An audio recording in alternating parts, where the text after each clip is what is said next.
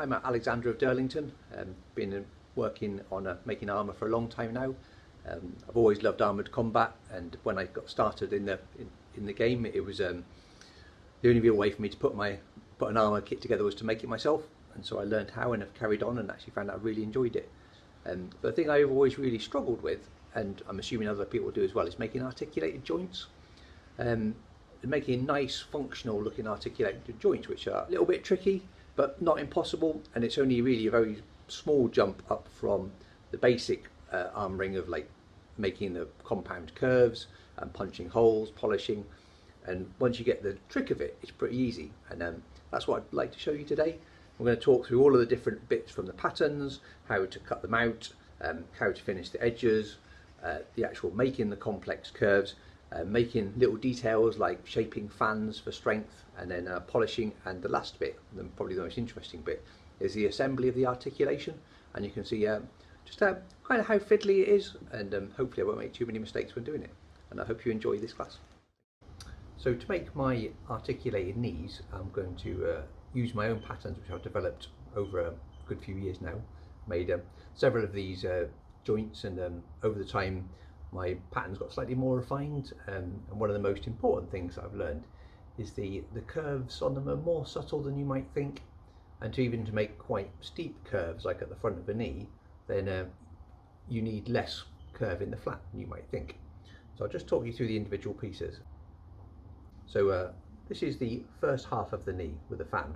Okay, now this bit's going to go down the outside of the leg, and this bit's going to be at the front of the knee.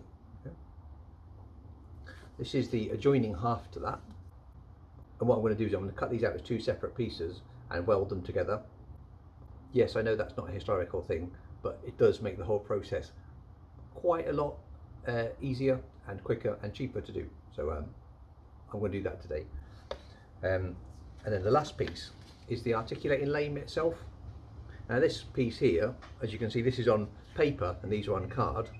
This is because these are on thick card, because to me this is a fixed shape now, so all of mine are going to be like this, whereas this one here, maybe I'm going to refine this a few more times, so it's just on paper so I can tweak it easier. And when I get a shape that I'm really happy with, then I'll put it onto card and then it'll be fixed forever. Just like to talk a bit about the material. The whole project's to be made out of 16 gauge mild steel. This is hot rolled mild steel, about 1.5 millimeters in thickness. If you are adverse to waxing or polishing your armour, then stainless steel is better. However, it is a lot more difficult to work and weld. So if you're doing this on an amateur basis like me, mild steel is cheaper and easier to work with. It's my preferred material. Measuring the knee. For measuring these and sizing these, the two really important measurements you need to take.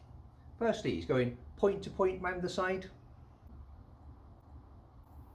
And when you're looking at this and looking at pictures, what you need to realise is a lot of that armour you're looking at is suitable for horsemen, where they didn't have a lot on the inside of the knee because that was protected by a horse anyway.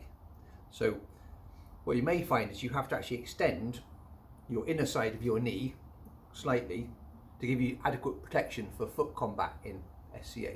Okay? The second piece you need to know is how wide your knee is from here to here. Because if you make it too narrow and you've got to allow for at least half an inch of padding underneath, then what you'll find is you'll be able to get them on and off. And lastly, like going top to bottom, like realistically, how much do you need to bend?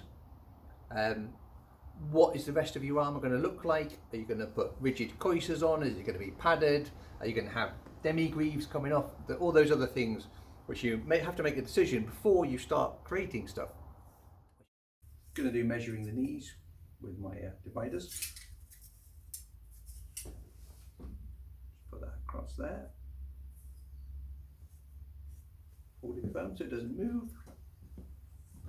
Measure it down there. That's 3 3/4 inches. So if I then allow 1/4 of an inch for the lames, which will fit on the inside of the knee, and then allow half inch of padding for each side, that means that my shell needs to be 5 inches across in the middle. As you can see here, I've started to lay out my patterns. I've got to balance not taking up too much space and wasting material with being able to get my cutting tool in. So I'm just using a normal Sharpie marker, and I'm going to lay out these, lay 2 of these, 2 of these, and 8 of these.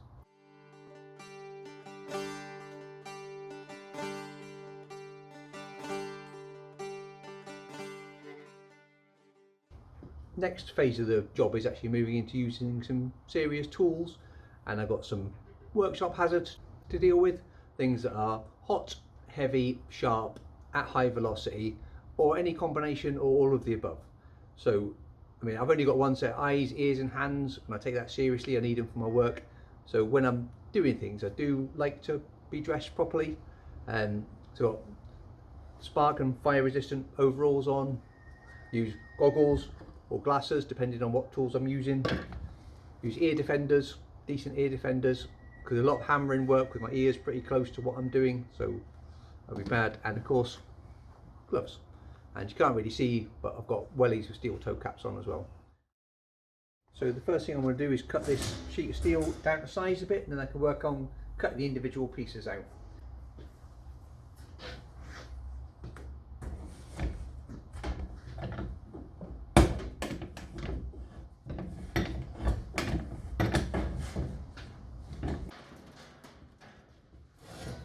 And then here we have all of the pieces ready to cut out in a nice, easy to handle format.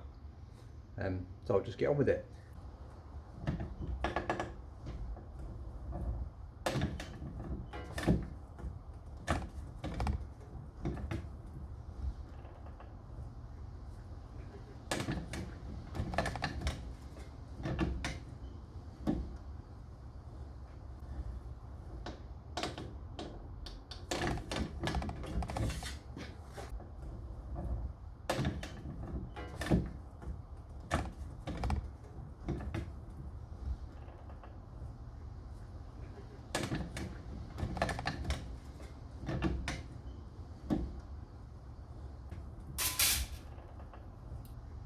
Now, here is a piece that we've prepared. Now, I don't know if you can see on a video, but those edges are really quite sharp, and that makes it challenging to handle safely through the next phases of the project. So what we're going to do next is we're going to go and clean these up on the bench grinder.